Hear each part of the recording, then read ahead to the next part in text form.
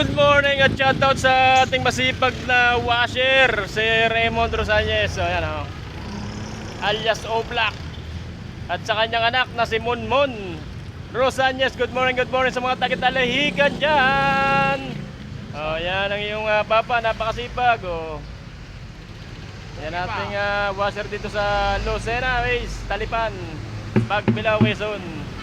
Extra muna tayo dito sa 1827. At shoutout din sa ating masipag na konduktor, Konduktor Benjamin ng Barangay Yam, Lucena City. Ano? Ayan. 1827 muna natin dadalhin. Asia Star. Extra muna, Sirabang 284. Nasa rancho pa po ang ating bus.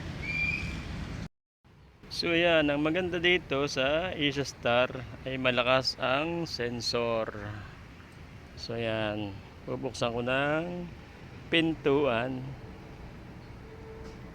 Isang pindot lang yan, oh. O yan, nagbukas na. Sasarulin natin.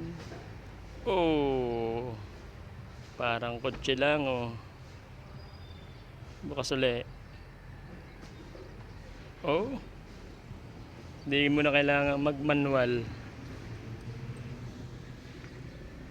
Pag ma-manual yan, bubuksan lang ito. Ito, bubuksan lang, pipihitin, magbabawas yung hangin, magbubukas na siya. Pero ito, mayroong remote, no? Quality.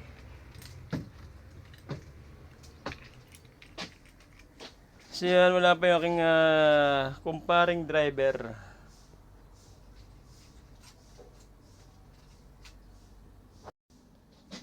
Yan, napakaganda ng kanyang cambio. Sakto lang doon sa kanyang upuan. Ayan, mga push-button ng mga ilaw. Ito sa pinto, itong pulang ito. Bukas, open na sarado at pagbukas ng pinto. Stereo. So yun mga katikit, ganda lang na mga ganda itong Asia Star pagkagabi na, oh, yan, no? Napakaganda, napaka-eleganteng tingnan ito. Ilaw pa lang, quality na, oh. Kulay blue. And meron din siyang seat number, oh. 43, 44, 47, 48. Ayan, napakalamig po ng air condition ito. Itong Asia Star. Ayan po yung ilaw niya sa gilid, yung kulay blue na nakikita sa labas, no? Ayan, napakaganda. Street pala yun, no? Lamig na aircon. Walang masasabing pasahero. Hindi magre-reklamong mainit aircon. Napakalamig po nitong aircon ito. Mabango. Amoy bagong bago talaga. 1827 Asia Star. So ayun ang nangyari mga katikit. Yung aking bus 284 ay nasira. Nasa rancho yung 284. Hindi pa nalabas. Ilang araw na, isang linggo na po doon.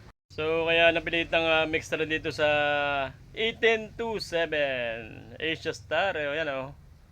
First time kong gagamit ng bagong bus ito. Yan, naka-extra tayo sa ating kaibigan na si Conductor Glor. Yan, thank you. Asia Star tayo ngayon, Asia Star. Testing natin ng kung mabango ito sa pasahero, itong mga bagong bus ito. Kung sakayin talaga ng pasahero, itong Asia Star. 48-seater lang po ito.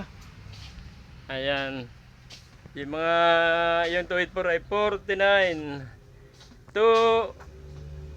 Kaya naging 48 ay apat ito sa likod, do. Ayan, apat. Doon sa 284 ay 5 upuan yan. So wala pa yung driver. Ang driver nito ay yung aking kumpare, si Jonathan Balatuka na taga Masbate. Ayan. Sadyang napaganda nitong Asia Star.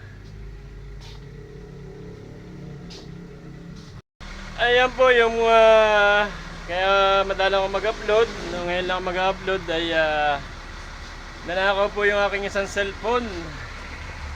So yan, nanakaw po, nanakaw yung aking pamblog na cellphone. Yan ako po ay namiesta sa Malikboy, dito rin po sa Pagbilao yan. So nangyari, nalasing po ako. Tapos ay may naghilot sa akin na babae. Ayan, para po akong na-hypnotize. Hindi ko na po alam kung anong nangyari nung pagkatapos akong hilutin. So pag uwi ko pa ng bahay, ayun na, nawala na po yung aking cellphone. Hindi ko na po maalala kung saan nahulog yung aking cellphone. Hindi ko rin naman po binalagan dahil wala naman pong amin na kung sinong nakapulot o kung sinong kumuha.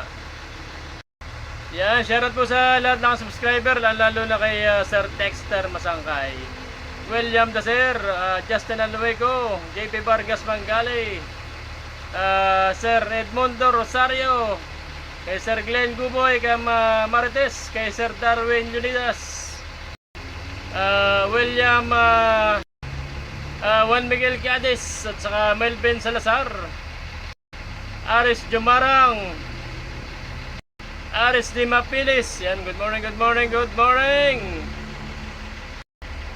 Yan, sa lahat na aking subscriber, good morning sa inyong lahat. Yan, ingat-ingat po tayong lahat. Yan, mahirap po yung nasisira ang bus, wala kang may biyahe. Tapos ay pa extra ka. Maghihintay ng bababa na konduktor. So madalang naman nakababa ngayon at pasok ka na. Kailangan talaga ng biyahe ngayong ating mga kasamang konduktor, kasi may mga pinag-aaral din yan, may mga pinag-gagastusan. So kaya nahirapan akong maka-extra sa ibang bus. Buti na lang itong kaibigan ko ay nagpa-extra. 5 araw daw ito, 5 araw.